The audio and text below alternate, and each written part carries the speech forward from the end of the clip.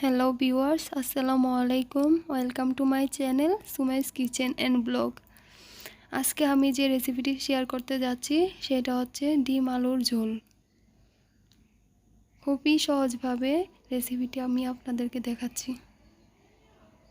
আর এই খাবারটি বাচ্চাদের খুবই পছন্দের। তো শুরু করা যাক। আমি প্রথমে একটি ফ্রাই প্যান বসিয়ে দিয়েছি। এখন এতে দিয়ে দিচ্ছি 1/3 কাপ পরিমাণ সয়াবিন তেল।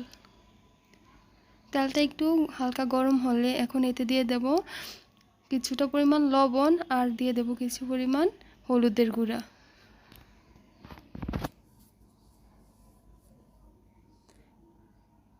তো এখন এগুলাকে তেলটার সাথে ভালো করে মিশিয়ে নেব। আর আমি আগে থেকে 5টা ডিম সিদ্ধ করে রেখে দিয়েছি। এখন এগুলাকে তেলের মধ্যে ছেড়ে দিচ্ছি।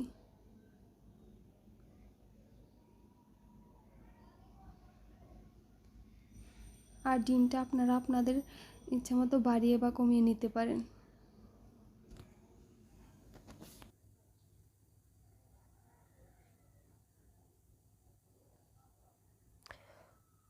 এই তো ডিমটা আমার প্রায় ভাজা হয়ে গিয়েছে। এখন ডিমগুলোকে একটা সাইডে তুলে রাখবো। আর এই একই তেলে আমি এখন আগে থেকে কেটে রাখা আলু ভেজে নেব।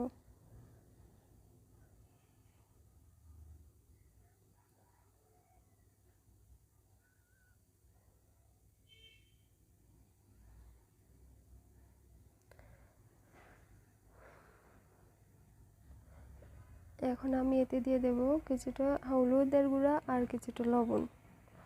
এগুলো দিয়ে আলুটার সাথে ভালো করে মিশিয়ে একদম ব্রাউন কালার আসা পর্যন্ত এগুলোকে ভেজে নিতে হবে। এই তো আমার আলুটা ভাজা হয়ে গিয়েছে। এখন আমি আলুটাকেও এক পাশে তুলে রাখবো। আর আমি এই তেলেই রান্নাটা করব। আর হ্যাঁ, কাজে ফাঁকে একটা কথা বলে দিচ্ছি, আমি কিন্তু এই প্রফেশনে একদমই নতুন। আমার যদি কোথাও কোনো ভুল হয়ে থাকে তাহলে প্লিজ ক্ষমার দৃষ্টিতে দেখবেন। এখন আমি এতে তেলে দিয়ে দিয়েছি 1 চামচ চিনি। আর হ্যাঁ, যে কোনো রান্নায় একটু চিনি দেওয়ার চেষ্টা করবেন, তাতে করে রান্নার কালারটা অনেক সুন্দর আসে। আমি এতে দিয়ে দিয়েছি 2টো তেজপাতা আর 2 টুকরো দারচিনি। আর দিয়ে দিয়েছি 1/2 কাপ পেঁয়াজ কুচি। এখন পেঁয়াজ কুচিটাকে হালকা ব্রাউন কালার আসা পর্যন্ত ভেজে নেব।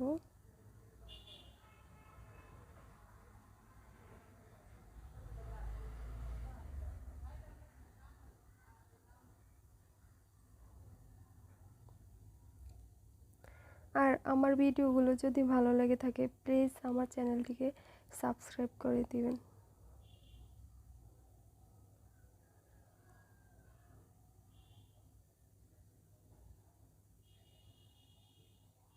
এখন এতে দিয়ে দিয়েছি 1/2 চা চামচ রসুন বাটা আর 1/4 চামচ আদা বাটা। এখন মশলাটাকে ভালো করে মিশিয়ে নিচ্ছি।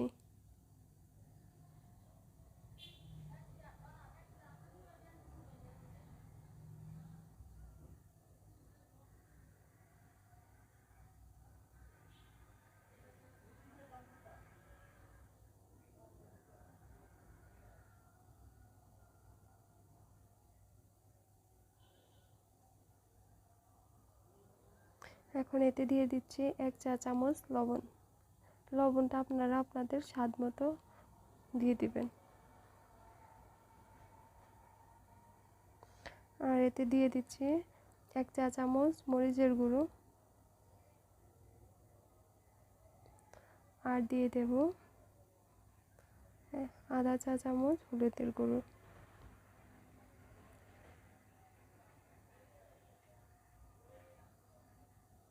আর খেয়াল রাখবেন মশলাটা যেন পুড়ে না যায়। এখন এতে আমি কিছুটা গরম পানি দিয়ে দিচ্ছি। আর মশলা কষানোর সময় আপনারা চেষ্টা করবেন গরম পানি দিয়ে কষানোর জন্য।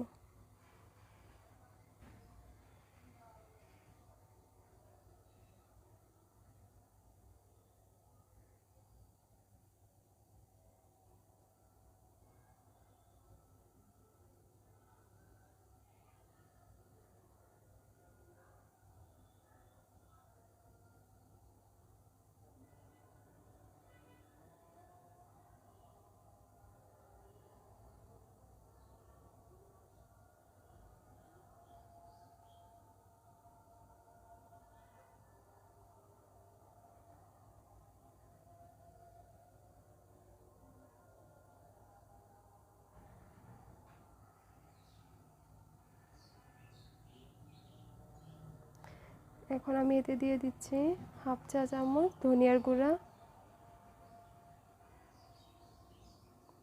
হাফ চা চামচ জিরার গুঁড়া। এখন এগুলোকেও ভালো করে মিশিয়ে নিচ্ছি।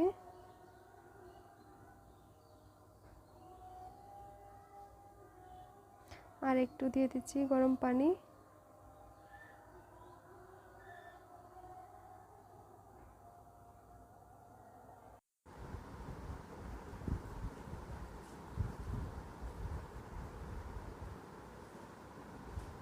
মশলাটা আমার ভালো করে কষানো হয়ে গেছে।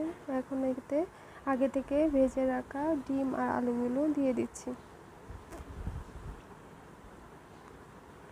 আর এগুলোকে মশলার সাথে ভালো করে মিশিয়ে নেব।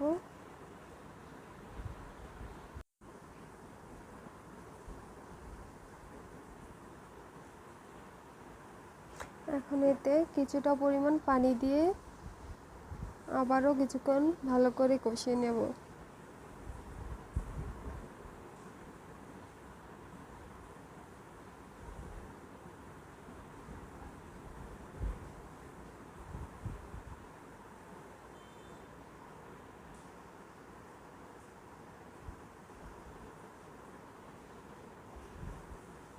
এখন দিয়ে দেব এতে পরিমাণ মতো গরম পানি।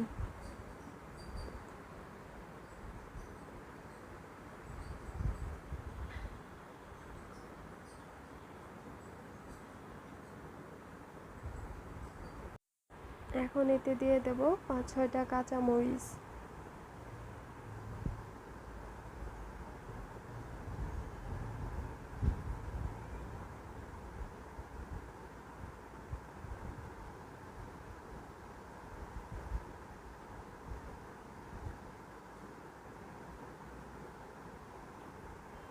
আর দিয়ে দেব আগে থেকে কুচি করে রাখা ধনিয়া পাতা। এখানে আমার রান্নাটা প্রায় হয়ে এসেছে।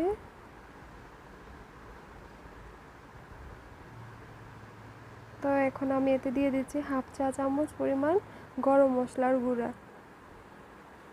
আর গরম মশলাটা সবসময় নামানোর আগে দিবেন, এতে করে ফ্লেভারটা অনেক ভালো হয়। তো আমার রান্নাটা এখন হয়ে গেছে, আমি এটাকে নামিয়ে নেব। সবাই ভালো থাকবেন। আসসালামু আলাইকুম।